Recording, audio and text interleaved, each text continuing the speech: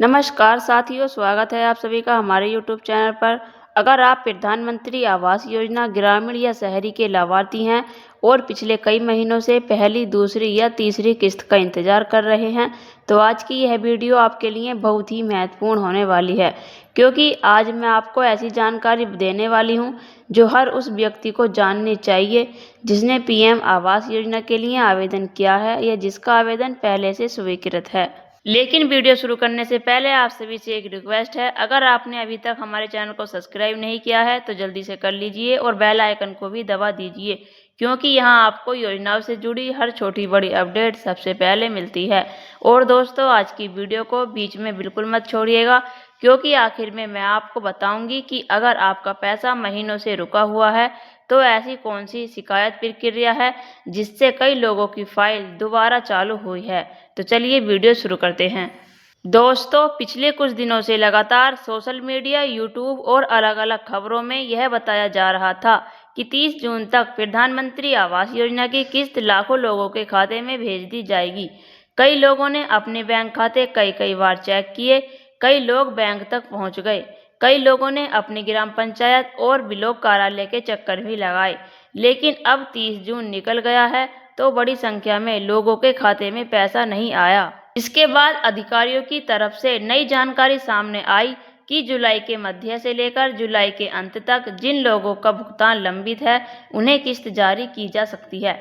लेकिन दोस्तों, यहाँ सबसे बड़ा सवाल यही है कि क्या इस बार सच में सभी लोगों को पैसा मिलेगा। अगर मैं पूरी ईमानदारी से बताऊं तो इसका जवाब है नहीं, क्योंकि पिछले कई सालों का रिकॉर्ड यही बताता है कि सरकार किस्त जारी जरूर करती है, लेकिन सभी लाभार्थियों को एक साथ भुगतान नहीं मिलता।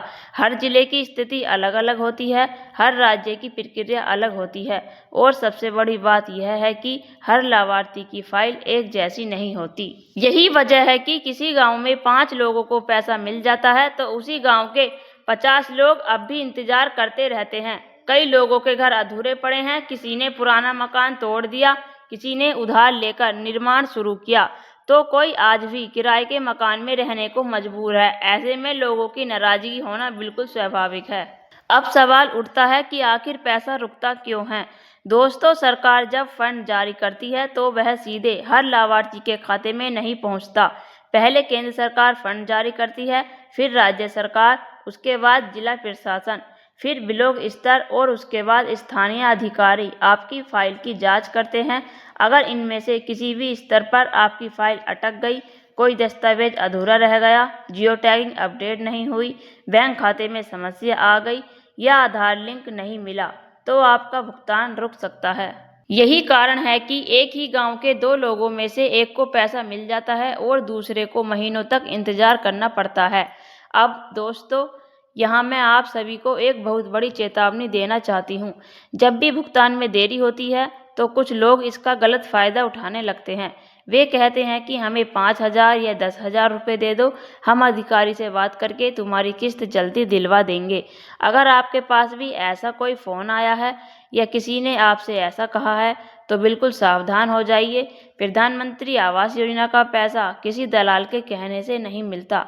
अगर कोई व्यक्ति पैसे मांग रहा है तो उससे दूरी बना लीजिए, क्योंकि अंत में आपका पैसा भी जाएगा और किस्त भी नहीं आएगी। अब बात करते हैं उन लोगों की जिनकी पहली किस्त आ चुकी है लेकिन दूसरी किस्त महीनों से रुकी हुई है। बहुत सारे लोगों के यहाँ अधिकारी आए, फोटो ली, जियो टैगिंग की और चले गए, लेकिन उसके बाद महीनों तक कोई अपडेट नहीं मिला। इसका कारण यह है कि फोटो लेने के बाद उसे सरकारी पोर्टल पर अपलोड किया जाता है, फिर वरिष्ठ अधिकारी उसकी जांच करते हैं, उसके निर्माण कार्य का सत्यापन करते हैं। अब बात करते हैं उन लोगों की जिनकी पहली किस्त आ चुकी है लेकिन दूसरी किस्त महीनों से रुकी हुई है।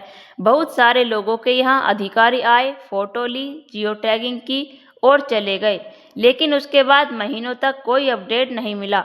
इसका कारण यह है कि फोटो लेने के बाद उसे सरकारी पोर्टल पर अपलोड किया जाता है, फिर वरिष्ठ अधिकारी उसकी जांच करते हैं, उसके बाद निर्माण कार्य का सत्यापन होता है, फिर रिपोर्ट मंजूर होती है और उसके बाद दूसरी किस्त जारी की जाती है। अगर इस पूरी प्रक्रिया में कहीं भी देरी हुई तो भुगतान भी आगे बढ़ जाता है।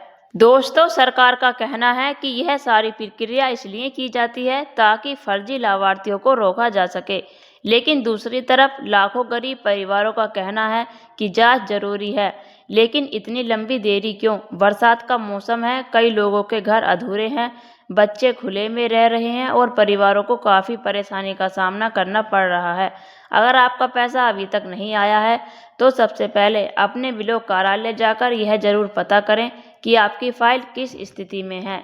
यह पूछें कि वेरिफिकेशन पूरा हुआ है या नहीं, जियो टैगिंग अपलोड हुई है या नहीं, बैंक खाते में कोई समस्या तो नहीं है और आधार सही तरीके से लिंक है या नहीं। कई बार छोटी सी गलती महीनों की देरी का कारण बन जाती है। अगर आपको वहां से भी संतोषजनक जवाब नहीं मिलता है तो संबंधित विभाग के हेल्पलाइन नंबर पर शिकायत दर्ज करें। इसके अलावा ऑनलाइन जन शिकायत पोर्टल यानी पीजी पोर्टल पर भी अपनी शिकायत दर्ज कर सकते हैं। शिकायत करते समय आवेदन संख्या, मोबाइल नंबर और ज़रूरी दस्तावेज अपने पास जरूर रखें। अब सबसे महत्वपूर्ण सवाल, क्या जुलाई, अगस्त और सितंबर के बीच पैसा आएगा? देखिए, अगर आपकी फाइल पूरी तरह क्लियर है, जिला स्तर से मंजूरी मिल चुकी है और आपके राज्य को फंड आवंटित हो चुका है तो आपके खाते में किस्त आने की संभावना बनी हुई है। लेकिन अगर आपकी फाइल अभी जांच में है या किसी स्तर पर अटकी हुई है तो आपको अभी थोड़ा और इंतजार करना पड़ सकता है। इसीलिए किसी भी वायरल वीडियो या सोशल मीडिया पोस्ट पर आंख बंद करके भरोसा मत कीजिए। हमेशा आधिकारिक जानकारी पर विश्वास कीजिए और समय समय पर अपने आवेदन स्थिति जरूर चेक करते रहिए। अब मैं आप सभी से एक छोटी सी रिक्वेस्ट करना चाहती हूँ। अगर आपके खाते में प्रधानमंत्री आवास योजना की पहली, दूसरी या तीसरी किस्त आ चुकी है तो नीचे कमेंट में ज़रूर लिखिए कि आप किस राज्य और ज़िले से हैं और आपको किस तारीख को पैसा मिला। आपका एक कमेंट हजारों लोगों की मदद कर सकता है, क्योंकि इससे दूसरे लाभार्थियों को भी वास्तविक जानकारी मिलती है। उम्मीद करते हैं कि जिन लोगों की किस्त लंबे समय से रुकी हुई है उन्हें जल्द राहत मिले और उनका सपना जल्द पूरा हो।